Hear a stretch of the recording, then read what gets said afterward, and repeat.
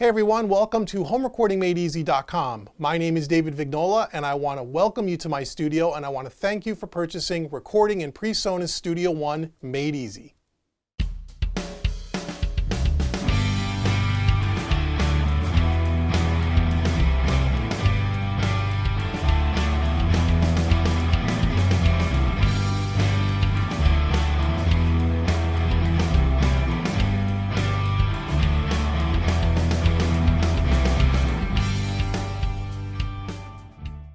This series is going to focus on the very beginning stages of recording for the absolute beginner. Someone who has just purchased their interface, a Presonus interface, got a piece of software with that interface, Studio One, the artist version of Presonus Studio One, and I'm going to show you how to set up your gear, how to hook it up to your computer, how to register and install your software, and then we're going to record a full song from start to finish, including using VST instruments that come along with Studio One, along with using organic instruments, real acoustic guitars, real electric guitars, a real bass guitar, as well as vocals. And we're going to do all of this with a very modest, small setup, as you see sitting beside me here, of inexpensive, very modest price gear, and we're going to show you how you can get a professional sounding recording using such a small setup. So let's take a look at exactly what gear we're going to be using, and we'll show you how to hook it up and how to get your software installed and registered, and then we'll start writing and recording this song using, again, Presonus Studio One. Here, you're going to log on to my Presonus account, which is up here in the top right hand corner. Log on to my Presonus. Okay, and it's going to bring you to this screen here. Now, if you already have other Presonus equipment and or software and you have an account with Presonus already, you're going to sign into the returning customer section. Okay, if this is the first time you've ever been on Presonus.com and the first product you've ever bought from Presonus, first let me welcome you to the Presonus family. You made a very wise purchase. But in any event, you're going to come over here to the Create My Presonus account on this blue button here, okay? As you can see here, it says built-in output. Now, I plugged in my audio box USB in the last section, so we want to make sure that our audio box USB is what is being connected. So if you click on Configure Audio Device, you're going to get a dialog box that's going to pop up, and we're going to want to come up here to Audio Device and use our drop-down menu, and we're going to pick the audio box USB. Okay, so depending on your audio interface, you want to make sure that in the audio device you select the interface that you're using. If you're using an audio box USB, it'll list it as an audio box USB. If you're using one of the other Presonus interfaces, whether it be a Project Studio or a Studio Live or anything else that they come out with, here, now, or in the future, you'll see it in this drop-down menu as soon as you plug it into your computer. Okay, Studio One will recognize it instantly. Now remember, because we're using this as an insert, we could go always later after the fact and change the tone of the guitar, and I'll show you that later at the mixing stage. But for the recording stage, you just want to kind of get a tone that you're kind of feeling out, kind of digging. Again, you can adjust the plug-in to get the sounds that you want. And then if you find something that you really like, or if you create a custom tone that you really like by tweaking the controls, you could save it as a preset, and that's what I've done.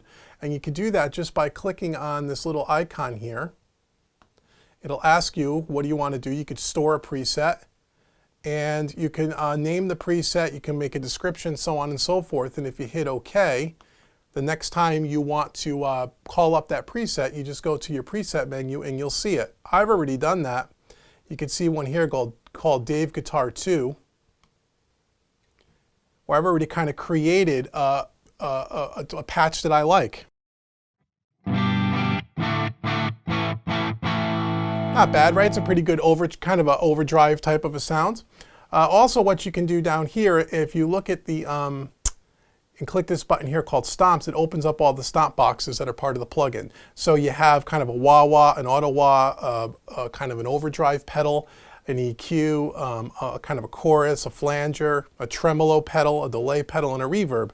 And you could turn them on and off just by clicking the foot pedal section. You'll see the lights turn on and off here. So if you wanted some overdrive, you can turn on the overdrive, and now all of a sudden you have a little bit dirtier than it was before. If you point it more towards the 12th to 15th fret, you're going to get a nice balance between pointing it towards the neck. If you point it too far towards the neck, it's going to sound kind of thin.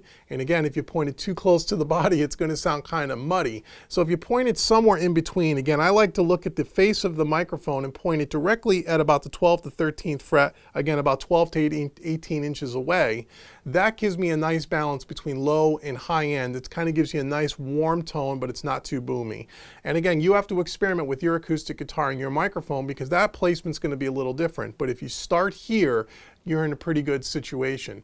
What I like to do, and I've kind of set this up for my height, but you'll see when Carl steps in front of the microphone how it's positioned with him as well, is what I like to do is I like to set the microphone high enough so the vocalist is kind of singing on a very slight angle up into the microphone, kind of like this. So you're not singing down, you're not singing dead on, your head's almost tilted up a little bit, and they're almost delivering the vocal on a very slight angle up into the microphone. What this does is it allows the vocalist to have their head tilted just slightly back, and it opens up their throat a little bit. That tends to give the vocal a little bit more of an open sound, a little bit more warmer of a feel, a little bit more airy of a feel. When the singer is singing straight on or with their neck pointed downwards, if the microphone is set too low, what ends up happening is it closes off the vocal, it closes off the throat. And it tends things to get really muffled. You won't be able to discern the lyrics quite as easily. It won't be as clear sounding as it probably could be. So a good tip, and again, every vocalist is a little different. You don't want them singing straight up into the sky like this, but you want it to be comfortable, but you want it to be on a slight angle. Keep that throat open. That's going to help. So in this section, we're going to be recording our keyboard section. We're going to add some nice organ sounds or an organ section to the chorus sections of our song. So as I said earlier in the gear section part of this series, we talked about the MIDI controller, and I'm using an Alesis QX25. Again, a very inexpensive MIDI controller, maybe 150 bucks when I purchased this about a year ago. You can use any MIDI controller. They pretty much all hook up the same way to Studio One, and they're super simple to configure, and I'm going to show you that now. So the first thing you want to do is make sure that your USB cable is coming out of the back of your controller into a USB port on your computer.